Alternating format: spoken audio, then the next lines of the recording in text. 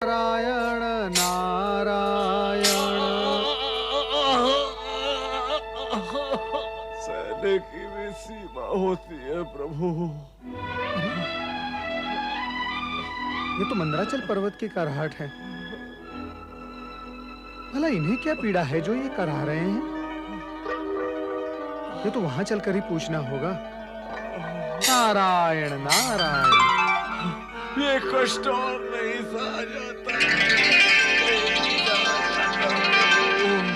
कुछ उपाय करे, कुछ उपाय। नारायण नारायण। मंदराचल, क्या कष्ट है तुम्हें? करा क्यों रहे हो? देवर्षि, आप तो सर्वदर्शी और सर्वज्ञ हैं।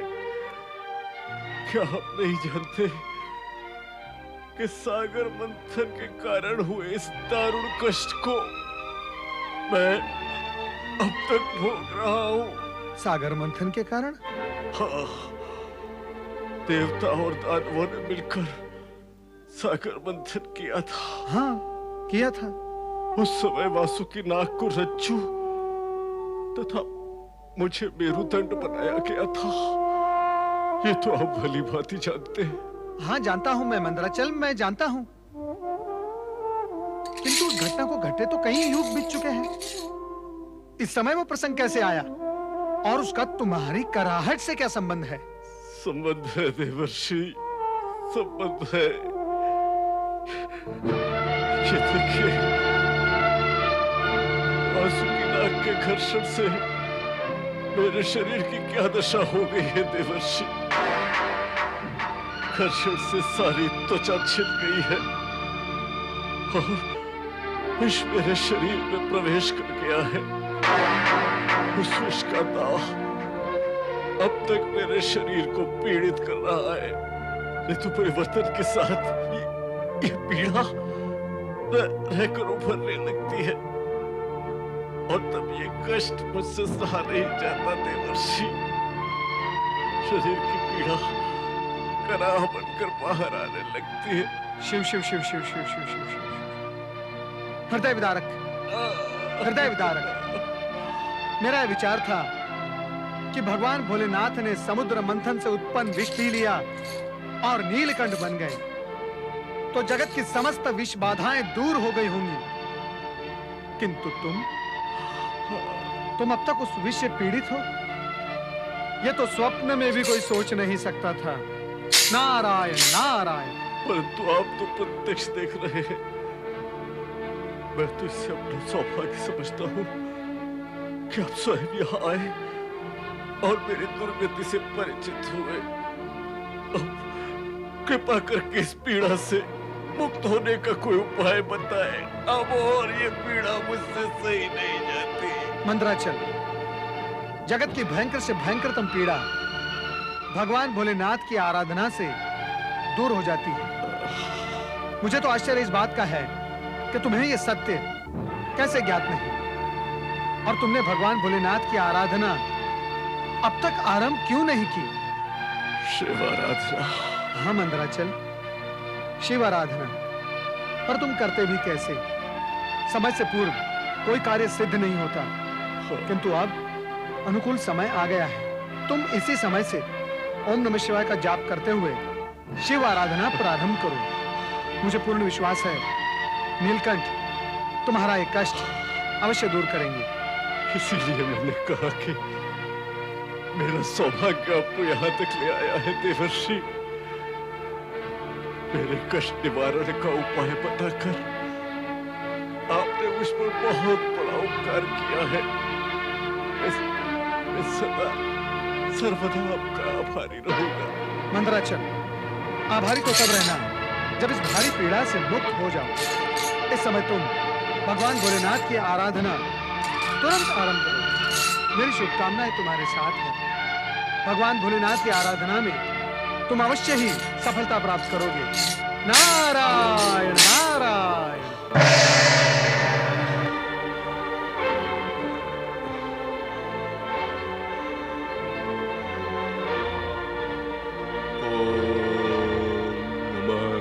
शुंभ दैत्य भी ऐसे ही साधना में रत थे, जिसका उद्देश्य शुभ और पवित्र नहीं था। ओम ब्रह्मणे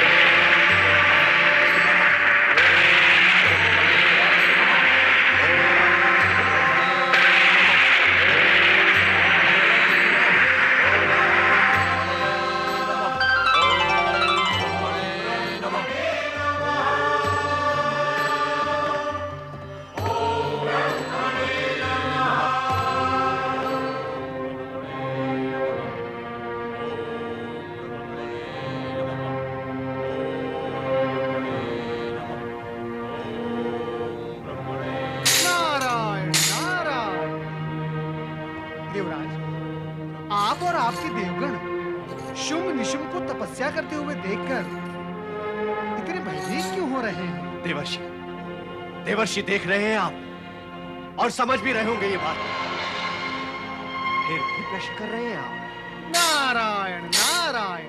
देवराज, देख तो मैं भी रहा हूं और कुछ अंश तक समझ भी रहा हूं, किंतु ये सब देखने और जानने के बाद प्रश्न ये पड़ रहा है कि इसमें चकित अथवा दुखी होने की क्या आवश्यकता है? आपको ना सही देवर्षि, किंतु हमें तो दुखी, चकित एवं भयभीत सभी कुछ होने की आवश्यकता है। पर क्यों देवराज? वो इसलिए देवर्षि कि ये दोनों राक्षसी कुल में उत्पन्न भयानक दैत्य शुंभ निशुंभ है और अब तीनों लोकों पर पुनः राक्षसी साम्राज्य स्थापित करने के लिए कठोर तपस्या कर रहे हैं। तो क्या ये वही कथा दोहराएंगे जो इनके पूर्वजों ने दोहराई थी? अर्थात स्वर्ग पर आक्रमण, देवताओं का स्वर्ग से पलायन, फिर ब्रह्मा विष्णु के पास सहायता के लिए दौड़ भाग और फिर भाग दौड़ तो दूर की बात है देवऋषि। इस समय तो ब्रह्मदेव द्वारा देने वाले वरदान के बारे में चिंतित हैं। हम चाहते हैं कि ब्रह्मदेव इन्हें कदापि वरदान ना दें। विधि का विधान आपके चाहने और ना चाहने से परिवर्तित तो नहीं होगा ना पवनदेव? होगा वही जो त्रिदेव को स्वीकार हो। नारायण। सुने देवर्षि, कृपया सुने। आप भी हमारे साथ ब्रह्मलोक चलकर ब्रह्मा जी से प्रार्थना करें। मैं ब्रह्मलोक चलूं और परमपिता ब्रह्मा जी से यह अनुरोध करूं कि वे शुंभ निशुंभ को वरदान ना दे? नारायण नारायण। देवराज, आप मुझसे ऐसी अपेक्षा क्यों करते हैं? और वैसे भी आप देवताओं के लिए त्रिदेव से प्रार्थना, अनुरोध, अनुनय, विनय ये सब करते हुए मैं अब उब चुका हूं और ये आवश्यक तो नहीं कि परमपिता ब्रह्मा जी मेरे अनुरोध को स्वीकार कर ही ले। अब स्वयं अपना मार्ग ढूंढ ले, यही उत्तम होगा। नारायण नारायण। ब्रह्मणे नमः। तो फिर ब्रह्मलोक चले देवराज? दुविधा की स्थिति ने घेर लिया है हमें। दुविधा कैसी देवराज? ब्रह्मदेव से केवल प्रार्थना ही तो करनी है। वरुण देव, देखा तो है आपने अनेक बार, अब ब्रह्मदेव हमें प्रताड़ित करने लगे हैं। अथवा कह देते हैं कि समय आने पर सब व्यवस्थित हो जाएगा। हाँ देवराज, ये तो है कि ब्रह्मदेव के पास जाने पर प्रताड़ना के अतिरिक्त अन्य कुछ प्राप्त नहीं होगा। मेरे विचार से अब हमें श्री हरि विष्णु की शरण में जाना चाहिए। यही उत्तम होगा। वे हमारे शुभचिंतक भी हैं और सदा हमारी सहायता भी की है। हर संकट के समय उन्होंने हमारी सहायता की है। तो फिर आइए उन्हीं के पास चलते हैं।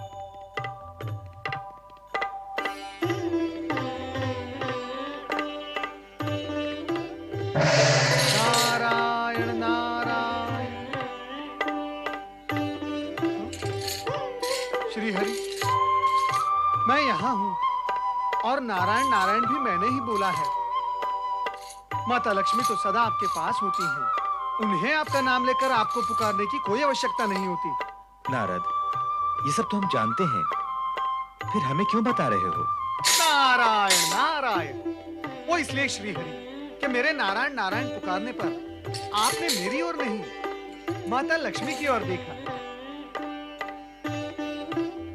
नारी स्वर और पुरुष स्वर के अंतर का ज्ञान है हमें नारद। इतना तो मैं भी समझता हूँ श्रीहरि, फिर आप मुझे क्यों बता रहे हैं? नारायण नारायण। इसलिए बता रहा हूं कि तुम्हारी पुकार सुनकर मुझे तुम्हारे आने का ज्ञान हो गया था, किंतु मैं देवी लक्ष्मी का श्रीमुख देखने के पश्चात ही तुम्हारी ओर देखना चाहता था। ऐसा क्यों प्रभु? कहते हैं कि देवी लक्ष्मी का श्रीमुख देखने के पश्चात शुभ समाचार ही प्राप्त होते हैं।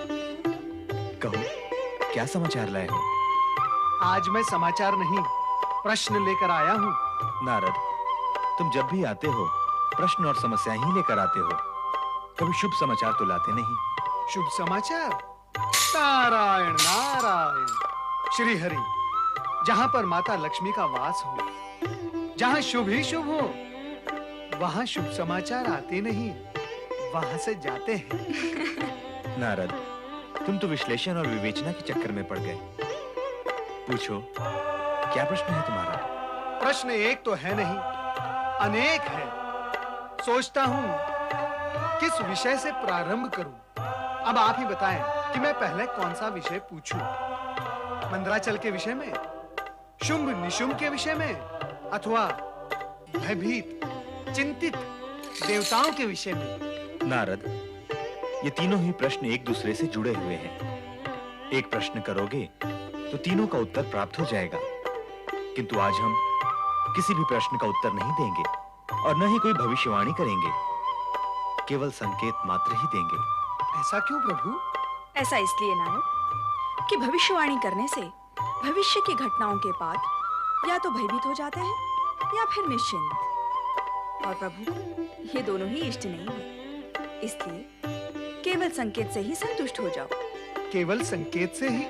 चिंता का कारण क्या है नारद? तुम्हें संकेत भी मिल जाए तो तुम खलियान से खेत तक पहुंच ही जाते हो। सुनो नारद, संकेत सुनो। महादेव शीघ्र ही मंदराचल की पुकार सुनकर उसके कष्टों का अंत करेंगे, पर ब्रह्मदेव भी शुंभ निशुंभ को वरदान अवश्य देंगे, परंतु वरदान प्राप्ति से पूर्व शुंभ निशुंभ को कठोर तप करना होगा।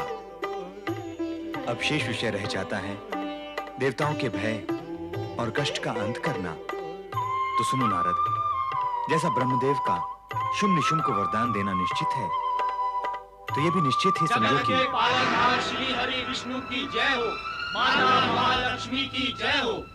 पधारिए देवराज, आप ही के विषय में चर्चा हो रही थी। माते, जो लोग अत्यंत सुखी होते हैं उनकी चर्चा होती है, अथवा जो लोग अत्यंत दुखी होते हैं उनकी चर्चा होती है। देवराज, आपके उद्गार से आपके दुखी होने का आभास होता है। श्रीहरि, जो चिंतित है वो दुखी तो होगा ही। देवराज, मैंने आपकी चिंता की सूचना श्रीहरि को दे दी है। अब आप कहें जो कहना है। श्री हरि, देवराज की चिंता का कारण है वो दुष्ट राक्षस शुंभ निशुंभ। प्रभु, ऐसा कुछ उपाय करें कि उन दुष्ट राक्षसों को वरदान ही न प्राप्त हो सके। तभी देवराज और हम चिंता मुक्त हो सकेंगे भगवान। नारद, हमने इस विषय में तुमसे जो कुछ भी कहा है वो सब देवराज को बता दो, जिससे इनकी समस्या का समाधान हो सके। मैं बता दूं? मैं? नारायण नारायण। श्रीहरि, आप क्यों मुझे व्यर्थ ही धर्म संकट में डाल रहे हैं? जो कुछ कहना है आप स्वयं ही बता दें। आप दोनों को धर्म संकट से मैं उभार लेती हूँ। देवराज, प्रभु ने कहा है कि शुंभ निशुंभ ब्रह्मदेव की आराधना कर रहे हैं, इसलिए प्रभु इसमें कुछ नहीं कर सकते। किंतु ये भी सत्य है कि ब्रह्मदेव शुंभ निशुंभ को वरदान देने से स्वयं को रोक नहीं पाएंगे। अब हम क्या करें श्रीहरि? देवराज, श्रीहरि को जो कहना था वो कह दिया।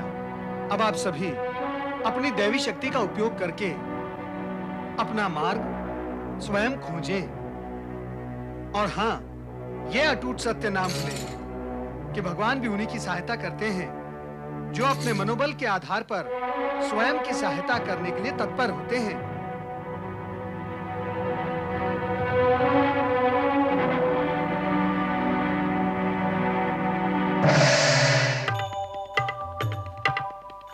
श्री हरि, मैंने कुछ अनुचित तो नहीं कहा ना? सत्य तो यह है नारद कि आज तुमने और देवी लक्ष्मी ने हमें कठोर शब्दों का प्रयोग करने से बचा लिया। इसलिए तुम दोनों ही हमारे धन्यवाद के पात्र हो। नारायण नारायण। श्री हरि, जिसे आपका धन्यवाद प्राप्त हो वो तो धन्य ही हो गया। नमः शिवाय।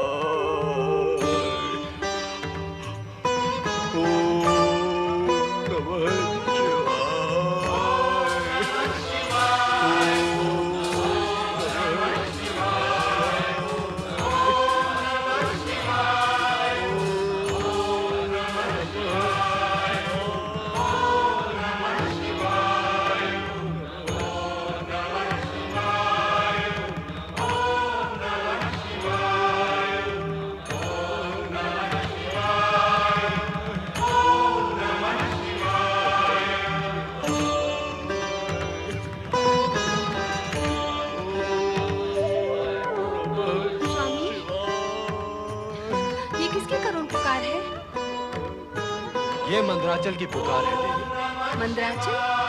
वही मंदराचल जिसे मेरुदंड बनाकर समुद्र मंथन किया गया था? उसे क्या कष्ट हो सकता है? कष्ट जो भी है, इसका निवारण हम दोनों को मिलकर ही करना होगा।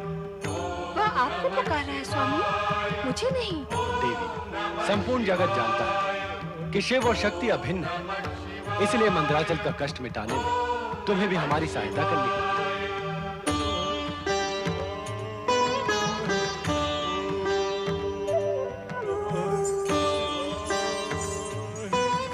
अधिक विलंब न करें प्रभु, तुरंत मंदराचल का कष्ट निवारण करें। तो फिर चलो देवी।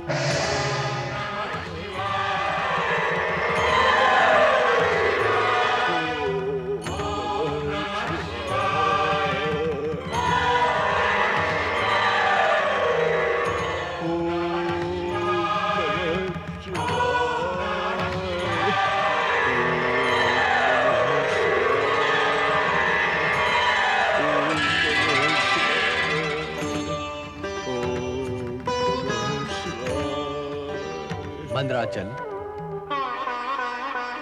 तुमने हमें करुण स्वर में पुकारा, जिसे सुनकर हम प्रकट हुए।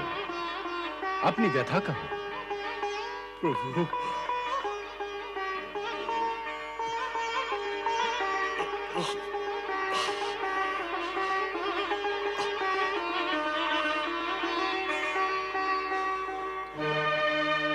मेरी व्यथा आपसे छुपी नहीं है प्रभु। आप तो जानते ही हैं, मेरे सारे शरीर में भयंकर विष व्याप्त है।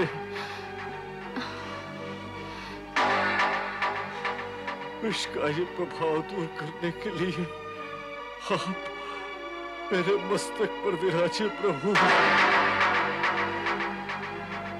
प्रभु, आप विषपाई नीलकंठ है। आपने समुद्र मंथन के समय हलाल पान करके विश्व को विनाश से बचाया है।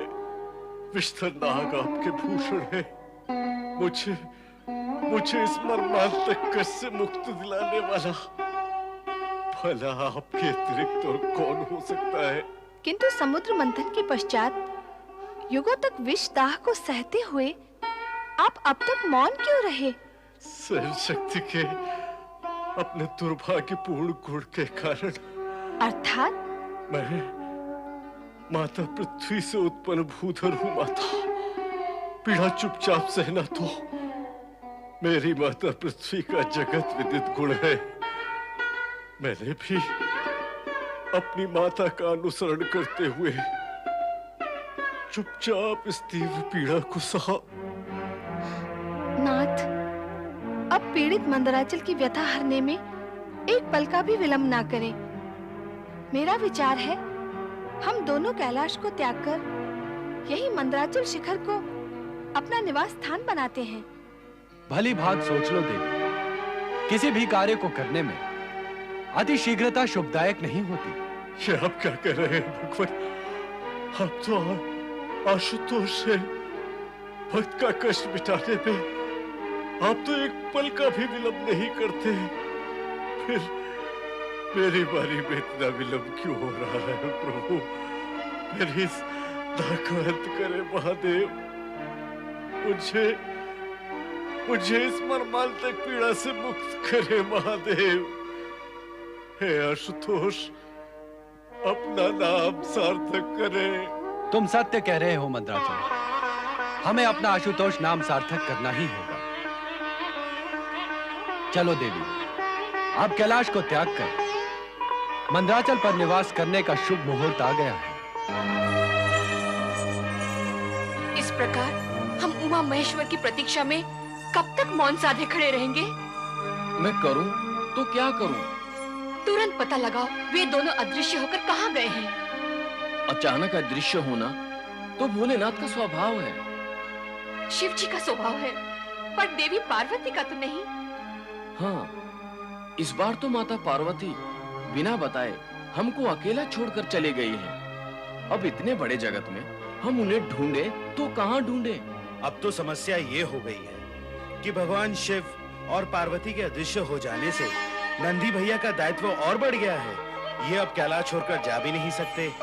भगवान शिव की अनुपस्थिति में कोई महानुभाव उनके दर्शन करने आ जाए तो नंदी भैया ही उन्हें समुचित उत्तर दे सकेंगे। वही तो, नंदी महाराज के अतिरिक्त अपरिचितों और दर्शनार्थियों से चर्चा करने वाला हम में तो कोई है नहीं। नारायण नारायण, कल्याण भवन। आज मैं तुम सब की चिंता दूर करने आया हूँ। हाँ देवर्षि, हमारी चिंता दूर करने की कृपा करें। और हमारी चिंता का कारण है उमा महेश्वर।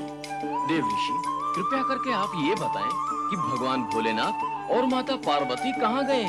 वे दोनों पीड़ित मंदराचल की पुकार का उत्तर देने गए हैं। किंतु देव ऋषि, उन्हें गए इतना समय हो चुका है, अब तक तो उन्हें लौट आना चाहिए था। जो होना चाहिए था वो होता कहाँ है नंदी महाराज? नारायण नारायण, मात्र एक बार संपूर्ण जगत पर दृष्टि डालकर देखे नंदी महाराज, तो आपको ज्ञात होगा कि वही हो रहा है जो नहीं होना चाहिए, और जो नहीं होना चाहिए वही हो रहा है। नारायण नारायण। ओम ब्रह्मणे नमः।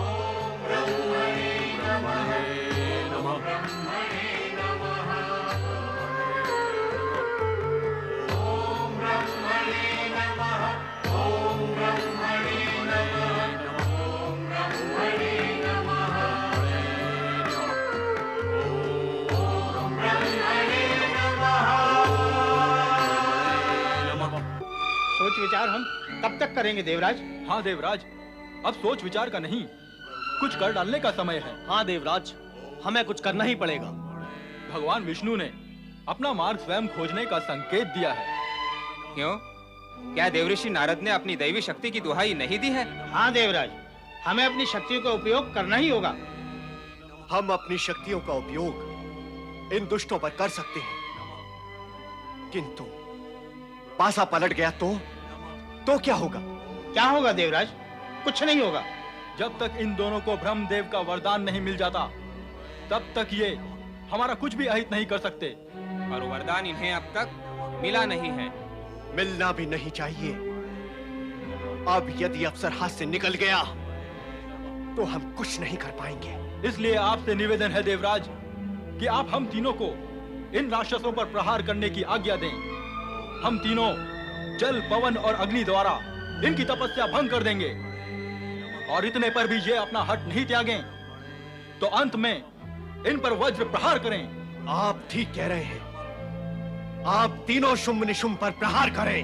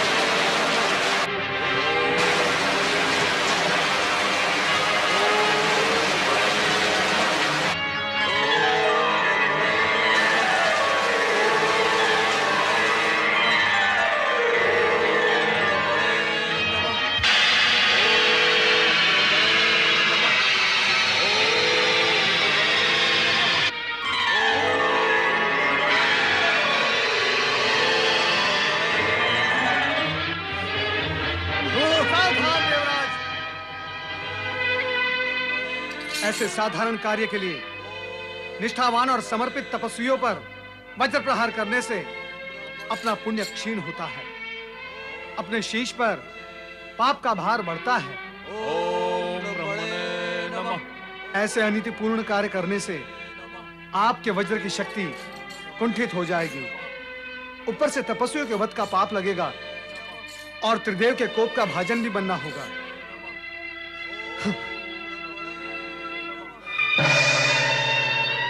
नारायण नारायण। ओम ब्रह्मणे नमः।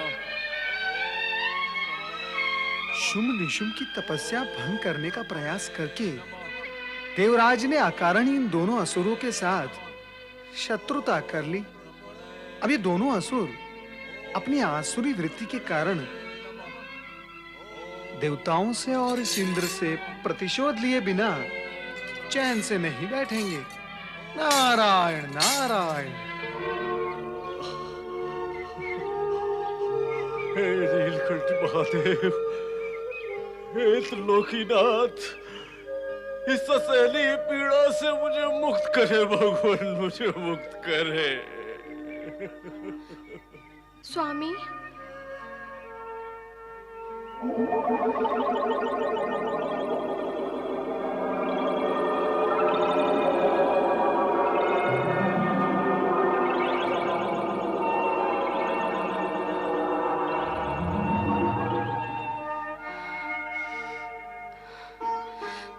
स्वामी, ये कैसा धुआं है?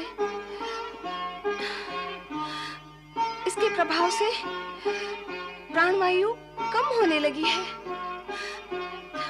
देखिए नाथ, देखिए इस धुएं का दुष्प्रभाव। हम देख रहे हैं देवी, जो कुछ घट रहा है उस पर हमारी दृष्टि है, किंतु अघटित न घटे, इसलिए इस विष को हमें आत्मसात करना होगा। विष? हाँ, यह धुआं विष ही है, जो अब तक मंदराचल के भीतर स्थित था, जिसकी पीड़ा से वो करहा रहा था। यहां के वातावरण की स्वच्छता को बनाए रखने के लिए हमें इस विष का आत्मसात करना ही होगा।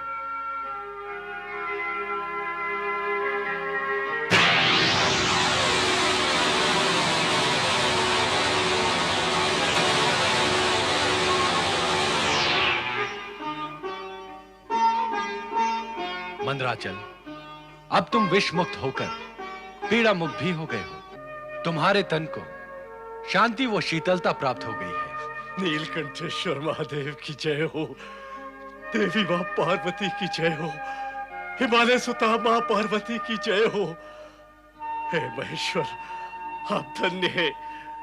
आपकी कृपा से मैं विष मुक्त होकर पीड़ा मुक्त हो गया। प्रभु, मैं आपका सदा सदा आभारी रहूंगा। आपने मेरे तन को शीतलता और शांति प्रदान की देव। मंदराचल, इस जगत में सुख और दुख दोनों की अपनी स्थिति है। कर्मों के कारण सुख अथवा दुख आरंभ होते हैं और इनका अंत भी समय से पूर्व नहीं होता।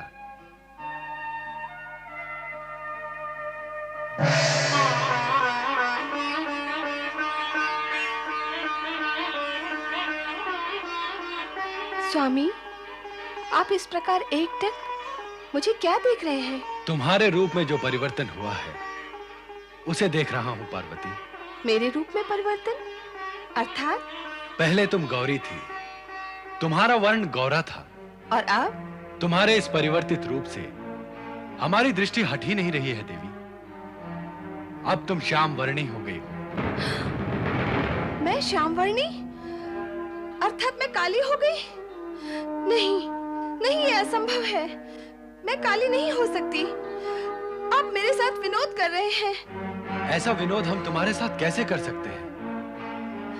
किंतु हम ये अवश्य कहना चाहेंगे कि तुम्हारा ये श्याम वर्णी रूप भी कम मनोहारी नहीं है। यदि विश्वास न हो तो स्वच्छ जल के दर्पण में झांक कर देख लो।